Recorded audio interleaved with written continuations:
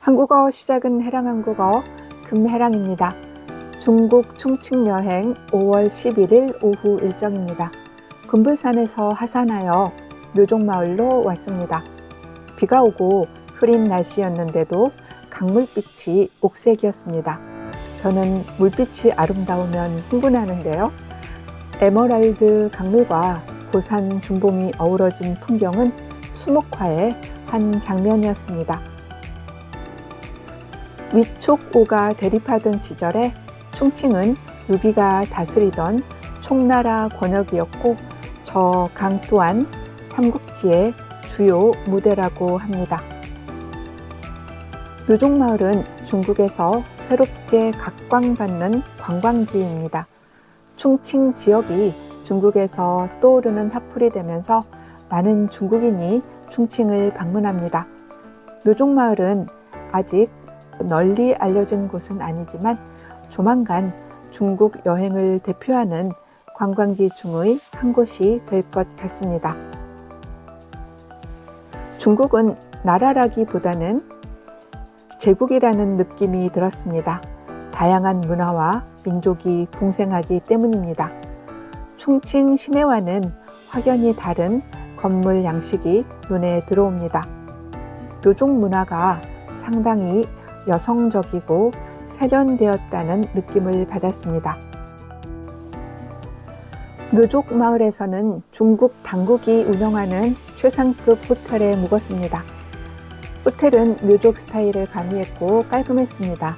다만 다음 날 아침을 먹을 때 식당에 자리가 없어서 앉을 곳을 찾아 헤매야 했습니다.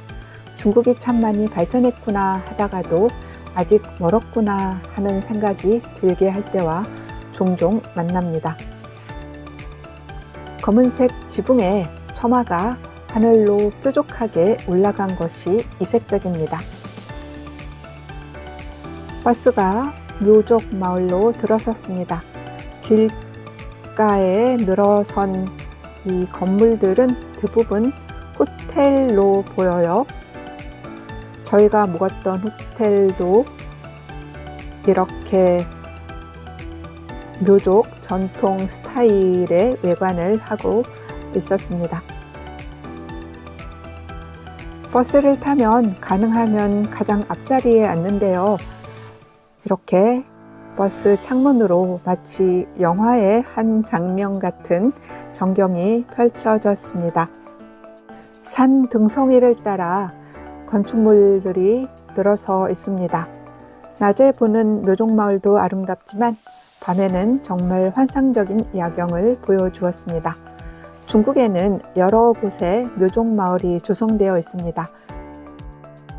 호텔에서 본 묘종마을 전경입니다. 이 충칭 묘종마을은 아직 한국에는 거의 알려지지 않은 것 같습니다.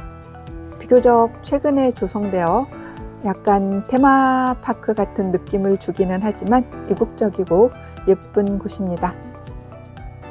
호텔 욕실과 룸 경계가 특이했습니다.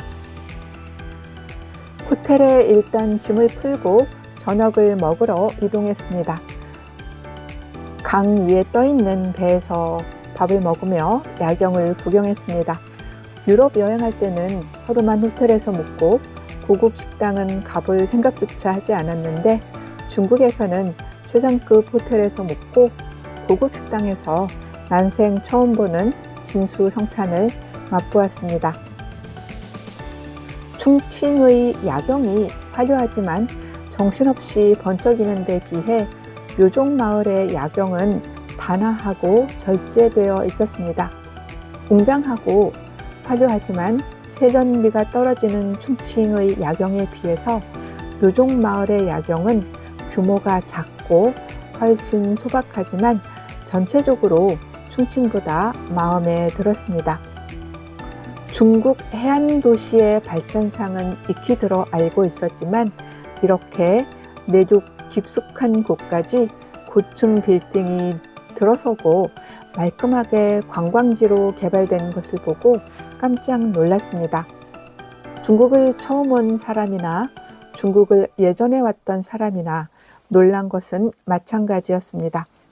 몇 년 전에 중국 비행기를 타고 유럽을 오가면서 중국인들의 시끄러움과 매너 없음을 보고 중국은 아직 멀었구나 했습니다. 하지만 몇 년 새 중국의 발전은 모든 면에서 놀랄만 했습니다. 중국에 며칠 머물러 보니 세련됨 빼고는 모든 것을 갖췄다는 느낌이 들었습니다. 강 위에서 선상만찬을 즐기며 야경을 보고 묘종마을에 도착했더니 환상적인 야경이 우리를 기다리고 있었습니다. 현대식 고층 건물이 주는 야경과는 또 다른 매력을 뽐내는 묘종마을의 야경입니다. 낮과는 또 다른 화려한 모습으로 변신한 묘종마을을 보고 다들 탄성을 내뱉었습니다. 비온 뒤라 바닥에 야경이 반사되어 더 환상적이고 아름다운 모습을 보여줍니다.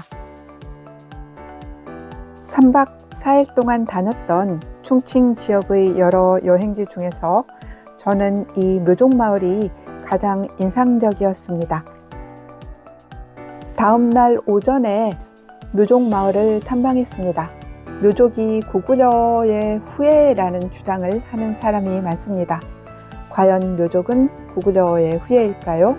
묘족의 역사와 뿌리는 다음 날 일정에서 다루겠습니다.